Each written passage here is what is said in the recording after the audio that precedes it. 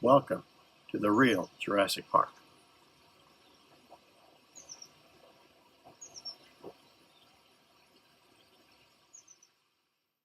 We are all familiar with how the movie Jurassic Park showed a landscape. But this is all wrong. All of the plants you see in this shot are flowering plants that did not exist in the Jurassic, especially palm trees and some of the other trees shown here. There's one place where they get it right when they mention that Triceratops is sick from eating plants that didn't evolve with it. But otherwise, they ignore the fact that most of the trees and plants you see around you now did not exist in the Jurassic. A family tree of the various plants and trees shows that there are very primitive ones that we go back all the way to the Carboniferous, 350 million years ago, that formed the first vascular plants and the first forests, especially the lycopods or lycophytes or lycopsids, different names given to them. Their common name, they may be called club mosses or ground pine, and they grow mostly in the northern regions and wet, cold climates. They still, of course, are around today, and here are some that I'm growing in my little garden. Very simple plants, the simplest vascular plants that are still alive on the planet now.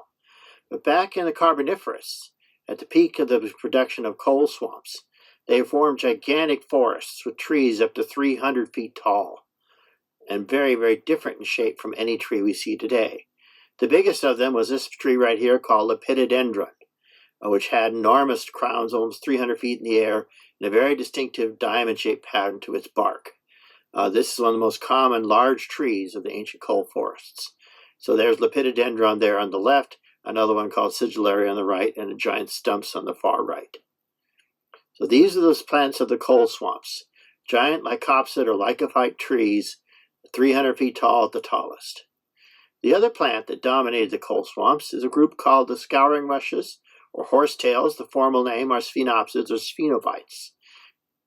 As you can see from the family tree of plants here, sphenopsids or sphenophytes are among the most primitive of all plants.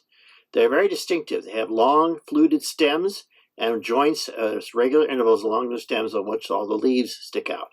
So you can spot a sphenophyte not only alive today, but you can also recognize in the fossil record with these clusters of leaves all radiating out from a central point where they used to be on the stem. They still grow in wet spots all over the world today, and they would have been on the wet spots in the Jurassic landscape as well. These are sphenophytes growing in a plot in my yard. But most often when you go to places where there's very wet climate like coastal Oregon, these are shots of a dense cluster of scouring rushes or sphenophytes or horsetails. And they're very distinctive again with their joints where all the plants' leaves radiate out between the long straight stems with fluting on the edges. Our third group of plants that dominated the Carboniferous and then are still important in the Jurassic and wetter climates, of course, are the ferns, which we have today. And they grow to huge sizes, like tree-sized in many parts of the world. Here, for example, is what's called a staghorn fern, and then the fern that towers above me in the shot there is a small tree fern. In many of the wetter parts of Australia and New Guinea, you see enormous forests of tree ferns, just like in the Jurassic. Ferns are, again, very primitive spore-bearing plants. When you get one that's mature, you'll see the little lines of spores on the bottoms of the leaves getting ready to open as soon as they reach the point where they're ready to send their spores into the environment. A fourth group of plants now dominate the Mesozoic, especially the Triassic, and that's the gymnosperms, the naked-seeded plants, mostly plants that have cones. One of the more familiar ones is this one right here, which you see all over gardens all over many parts of the world. It's often called a sago palm, but it's not a palm at all. This is a cycad. Cycads are actually cone-bearing, very primitive gymnosperms. They have long, straight leaves with spiky branches on them, and those leaves are very tough and very hard to chew. But this would have been the dominant ground plant in much of the Mesozoic. This one has 3 cones on it, for example. So these are not palms in any sense. They're not flowering plants. They're cone-bearing gymnosperms. Cycads form most of the ground understory in the world of the Jurassic, along with ferns.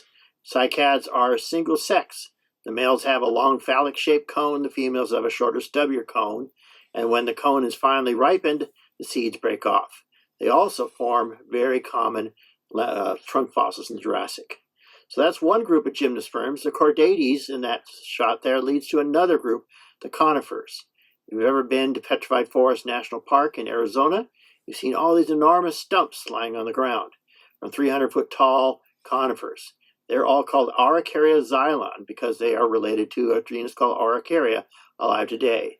A good specimen like this would see the tree rings, very well defined. So you can tell that's what it was. One of the most familiar examples of Araucaria is this species, Araucaria heterophylla, which is the Norfolk Island pine. Once confined Norfolk Island off the coast of New Zealand, it's an ornamental tree now that's grown in many, many places. It has a very distinctive shape, the branches trending upward like this, and then on each branch, all the little needles are on tight little branches as you see here. So it's very distinctive. Looks like fuzzy fingers or like caterpillars when you see these. And this is now the most familiar kind of Araucaria. This is another kind of Araucaria from southern South America, especially Chile, called the monkey puzzle tree.